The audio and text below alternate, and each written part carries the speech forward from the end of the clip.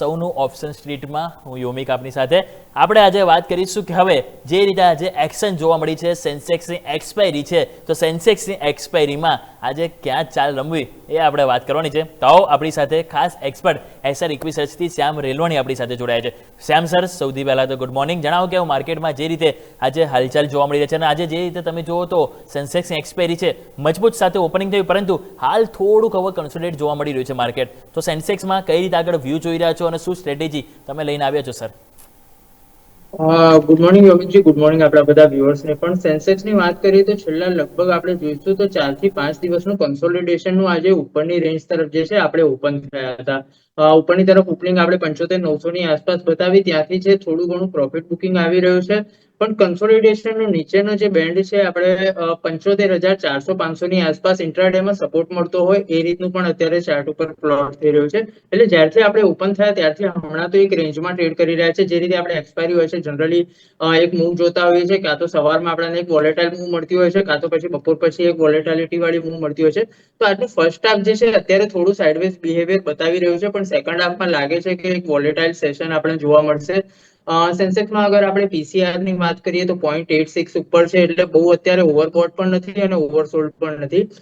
Max pen 75,600 ની આસપાસ ચાલી રહ્યું છે, એટલે ક્યાંક ને ક્યાંક હમણાં તો જે છે as of now sideways behaviour હોય અથવા તો પછી એક કન્સોલિડેશન વાળી રેન્જમાં હોય એ રીતની પેટર્ન અત્યારે ઇન્ડેક્સમાં બની રહી છે.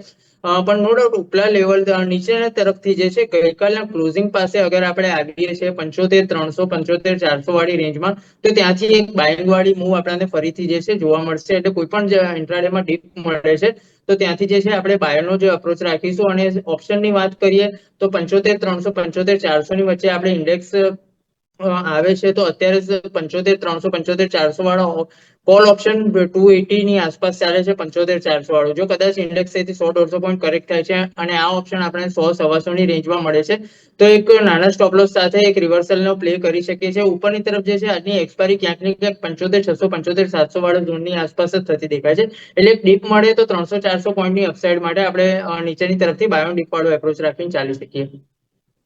ઓકે, તો જેમ સર કીધું એ પ્રમાણે બાય ઓન ડિપ્સ કરવાની સલાહ બની છે સેન્સેક્સની આજની ખાસ એક્સપાયરી માટે. અને દર્શક મિત્રો એ પણ યાદ રાખવું જોઈએ કે આજે એક્સપાયરી આપણને જે જોવા મળી રહી છે સેન્સેક્સની જે આવતા અઠવાડિયે આપણને ગુરુવાર નહીં પરંતુ બુધવાર થવાનું છે, કારણ કે ગુરુવારે માર્કેટમાં રજા છે, એટલે એ પણ આપણે ધ્યાન પર જરૂરથી રાખીશું. તો દર્શક મિત્રો હવે આપણે વાત કરીએ સ્ટોક સ્પેસિફિક. તમે જો તો આજના દિવસે મારે સૌથી પહેલો સ્ટોક્સ વાત કરવી છે અને છે અપોલો હોસ્પિટલ. અપોલો હોસ્પિટલમાં તમે જુઓ જે રીતે બમ્પર પરિણામ આવ્યા કંપનીના, તમે જુઓ તો ઓવરઓલ નંબર બહુ સરસ આવે છે. ટોપ લાઇન બોટમ લાઇન બધી વસ્તુ તમે નજર કરો તો બહુ સરસ આપણને જોવા મળે. અને એ બાદ હવે આજે તમે જુઓ તો સ્ટોક્સમાં આપણને 2.5 થી 3% સુધીની જબરદસ્ત તેજી અને નવા રેકોર્ડ હાઈ બનતા જોવા મળી રહ્યા છે. જો વાત કરીએ ફ્યુચર્સમાં તો અપોલો હોસ્પિટલનું આપણે જો બીએસસીના ફ્યુચર્સ ઉપર જો નજર કરીએ આપણને તો જે રીતે આપણને એક્શન જોવા મળી રહી છે, તો હાલ તમે નજર કરો તો બીએસસી ફ્યુચર્સમાં આપણને જે ભાવ છે એ આપણને સારી એવી મજબૂતી અને 2.5-3% તેજી તમે જોવા મળી રહી છે. તમે જે રીતે જોઈ રહ્યા છો તો અપોલો હોસ્પિટલમાં આ કેશમાં તમે નજર કરો બીએસસીમાં બહુ સરસ મજબૂતી જોવા મળી છે અને 8,330 આજુબાજુ સ્ટોક્સમાં સરસ તેજી આજે આપણને જોવા મળી રહી છે.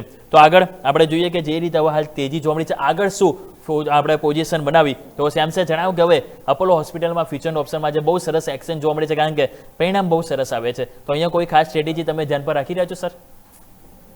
અપોલો હોસ્પિટલ જે છે ઓલ ટાઈમ હાઈની ઉપર ટ્રેડ કરી રહ્યો છે. વીકલીમાં પણ બહુ સારું સ્ટ્રક્ચર બની રહ્યું છે. બિલકુલ જેની પાસે હોય હોલ્ડ રાખવાની સલાહ રહેશે. અને કોઈને નવું એડિશન પણ કરવું હોય તો 8,050 થી લઈને 8100 વાળી રેન્જમાં જો કદાચ કરેક્ટિવ મૂવ આવે છે તો નવું એડિશન પણ બિલકુલ કરી શકાય. ઉપરની તરફ અગર આપણે ટાર્ગેટની વાત કરીએ તો જે રીતનું કન્સોલિડેશન વીકલી બેસિસ ઉપર કાઢીને સ્ટોક ઉપરની તરફ ટકવાનો ટ્રાય કરી રહ્યો છે, તો 8700 થી લઈને 9,000 વાળી રેન્જમાં જે છે સ્ટોક ક્યાંક ને ક્યાંક આગળ વધતો હોય એ રીતની પેટર્ન ડેવલપ થઈ રહી છે.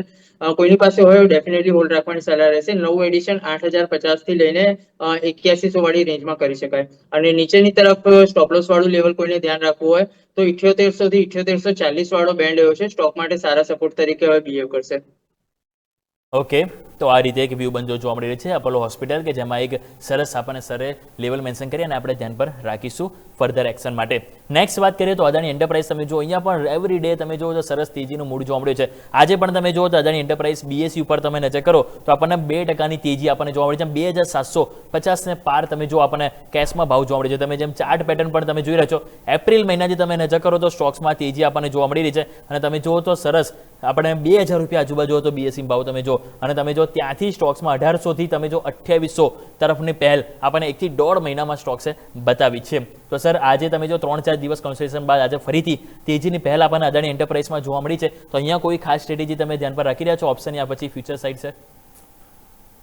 અદાણી એન્ટરપ્રાઇઝમાં નીચેથી આખી કન્સોલિડેશન રેન્જનું બ્રેકઆઉટ આપ્યું છે. કન્સોલિડેશન રેન્જ આપણે જોઈએ તો નવેમ્બર-ડિસેમ્બર 2024 થી લઈને અત્યાર સુધી એક રેન્જમાં હતો. લગભગ ઉપરની તરફ આ 2660 વાળી રેન્જ હતી અને નીચેની તરફ 1900-1950 વાળી રેન્જ હતી. સ્ટોક ઘણી બધા સમય સુધી આ જ કન્સોલિડેશન રેન્જમાં રહ્યો હતો. ફાઇનલી આનું બ્રેકઆઉટ જે છે આપણને 14મી મેના રોજ જોવા મળ્યું હતું. એના પછી 4 દિવસ જે છે બિલકુલ ઉપરની સાઈડ જ કન્સોલિડેટ થઈ રહ્યો છે. અત્યારે 2750 ની આસપાસ સ્ટોક ટ્રેડ કરી રહ્યો છે. ઉપરની તરફ અગર લેવલ જોઈએ, હર્ડલ વાળું લેવલ હવે સીધું આવશે 2950 થી લઈને 3000 વાળી રેન્જમાં.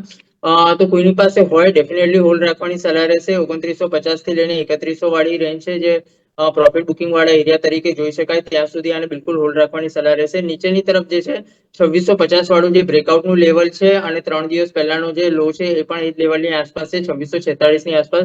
તો એ લેવલને ક્લોઝિંગ બેઝિસ ઉપર આપણે એસએલ તરીકે ધ્યાનમાં લઈશું. જ્યાં સુધી એની ઉપર છે ત્યાં સુધી સ્ટોકમાં મોમેન્ટમ બિલકુલ કેરી થાય એ રીતની પેટર્ન બની રહી છે.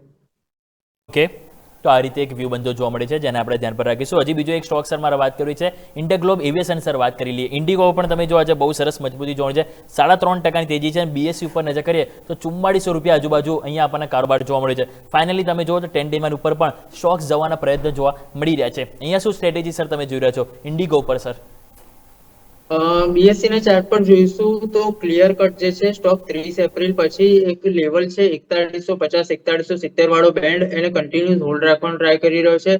ગઈકાલનો લો પણ આપણે જોઈશું 4180 ની આસપાસ હતો. ત્યાંથી જે છે સારું એવું મોમેન્ટમ સાથે ઉપરની તરફ જે છે સ્ટોક નીકળવાનો ટ્રાય કરી રહ્યો છે.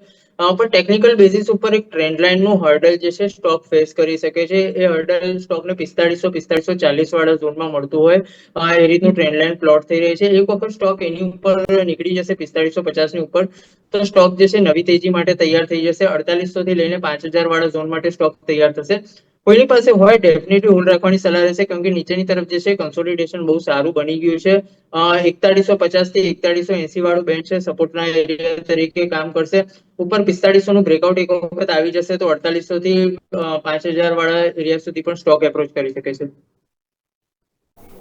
ઓકે, તો આ રીતે એક વ્યૂ બનતો જોવા મળે છે જેમ સરે કીધું એ પ્રમાણે ઇન્ટરગ્લોબ એવિએશન કે જેને આપણે ધ્યાન પર જરૂરથી રાખીશું. તો દર્શક મિત્રો આપણે ખાસ આજે વાત કરી BSE પ્રેઝન્સ ઓપ્શન સ્ટ્રીટ ઉપર.